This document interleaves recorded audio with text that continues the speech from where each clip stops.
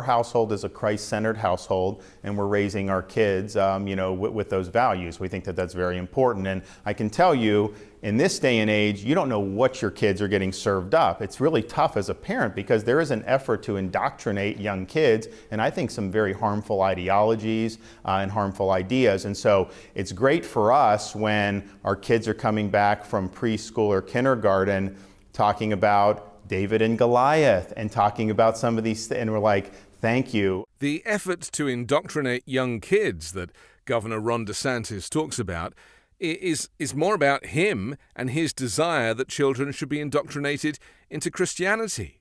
I mean, isn't this a double standard? Isn't this something that we should talk a little bit more about? About the fact that it's okay for him to welcome his kids back from school having learned about David and Goliath, yet at the same time denying the facts about the society that we're actually living in, the reality that there's 1.5 million trans people in the United States, many of whom are in the state of Florida. Probably can't wait to get out of Florida.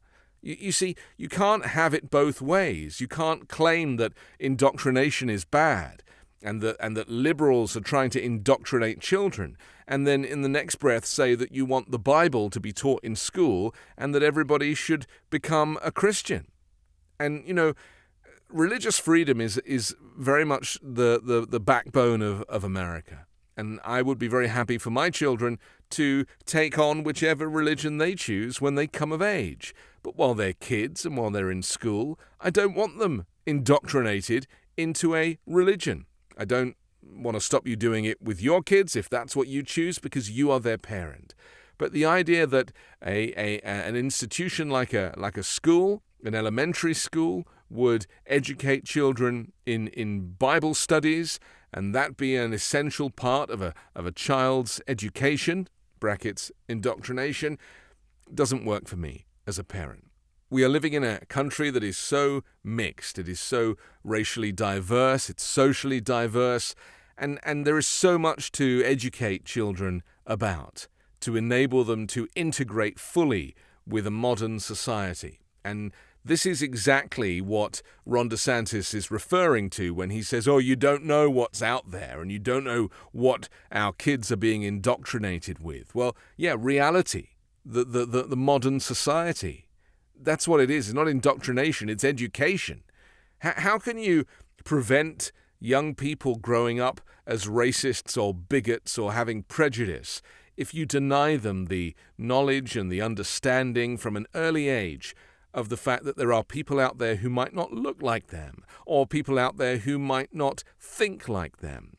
The reality is that, yeah, you might be a boy and you might have been born a boy and grow up feeling like a boy, but not everybody does. And that is the reality of a melting pot of society, having tolerance and having a good education, a well-rounded and broad education, that not everybody is like you. There is Christian fundamentalism now that has really pushed its way into the mainstream.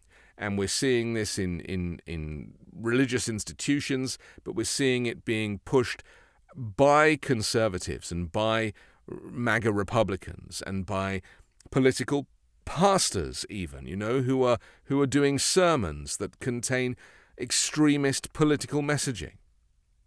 You see, the separation of church and state is there for a reason.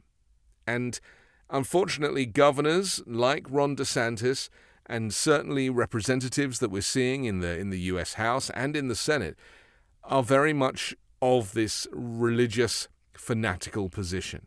And with that, it means that there will constantly be a fight between those that really want people to know everything about everybody and those that want people to have a very narrow view of the world. So we need more God in society today. No, absolutely. I mean, look, at the end of the day, there's certain problems, economic problems, there's problems at the border, there's all very important. But, why are we here? Why are we free people? We're free because God has endowed us with inalienable rights. That's why America was founded. Our Constitution was created not to give us rights, but to protect the rights that God has already bestowed upon us. And that's just, I think that was the founder's central insight, because before them, it was thought, the king has the power. So you may have rights as a subject of some kingdom, but it's the courtesy of what the state is giving you. That's not what our founders believed. They said God has endowed these for us. Yeah, we'll give government some power, but we give them limited power, and we give them power primarily for the purpose of protecting these pre-existing rights. I'm not even convinced that it is a belief system. I sometimes feel that it's just like they go there just to own the libs.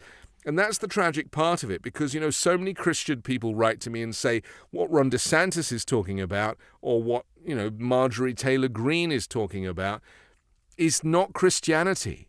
It is an extremist form of the religion. It is an abused version of the religion. And, I grew up learning about all faiths, and I was encouraged to integrate with all faiths. But as an adult, I decided that I did not want to have a religion for myself. It wasn't necessary.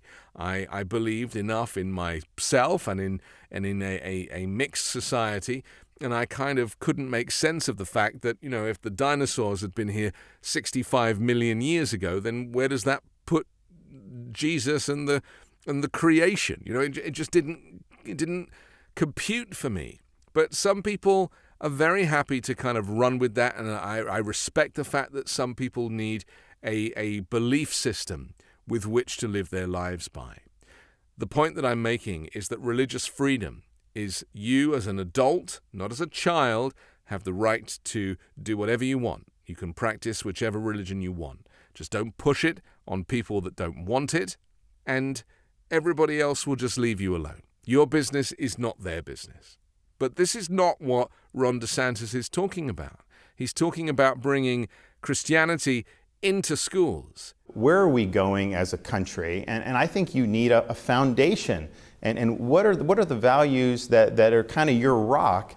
And to me, it's got to be a spiritual, and I think it's got to be a strong faith that is really going to get us through very turbulent times. I mean, at the end of the day, like I think of myself as a leader, okay, my job is to focus on, where is true north? Every single day in our society, the currents that are there, they're all designed to obscure the truth and push you away from, where your desired destination is. So the media can say things, but north is still north, regardless of what they say. The critics can say things, but north is still north. The culture can embrace things that are harmful. North is still north. So I think when you have that foundation and you understand the direction that you're going, you can sift through a lot of nonsense. And I'll tell you what I found just going out, because I get attacked more than any governor probably has ever been attacked. When you're speaking, there's a hunger for truth. When you're speaking the truth, it has a way of penetrating through all this deceit and all the things that we see swirling around in our society.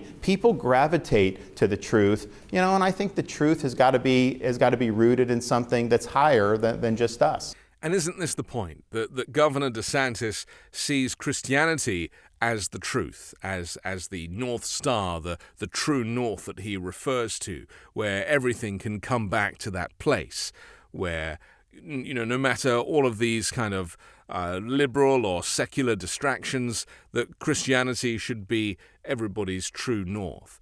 And, that is very worrying, isn't it? Because what you end up with is someone who is talking a kind of doublespeak, like a word salad. And this interview that he gave was full of this, where you claim that religious freedom is the bedrock of American society, and then in the next breath you're like, but it has to be Christian, and you really expect people to kind of come and meet you in that central place, and it's the founding fathers said that it was all about Christianity, and the country was built on Christianity, so we have to keep going on this road of Christianity.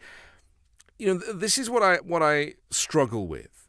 If you want to be a leader for all Americans, then you've got to stop it with this stuff, because it doesn't mean anything to a large proportion of people.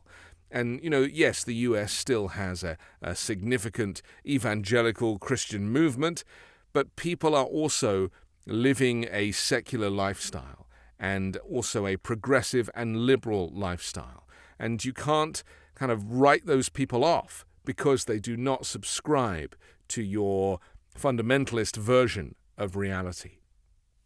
I'm Anthony Davis. You can hear me every day on the 5-Minute News podcast, also on Wednesdays hosting MAGA Uncovered with Ron Filipkowski, and on Sundays on The Weekend Show with Midas Touch.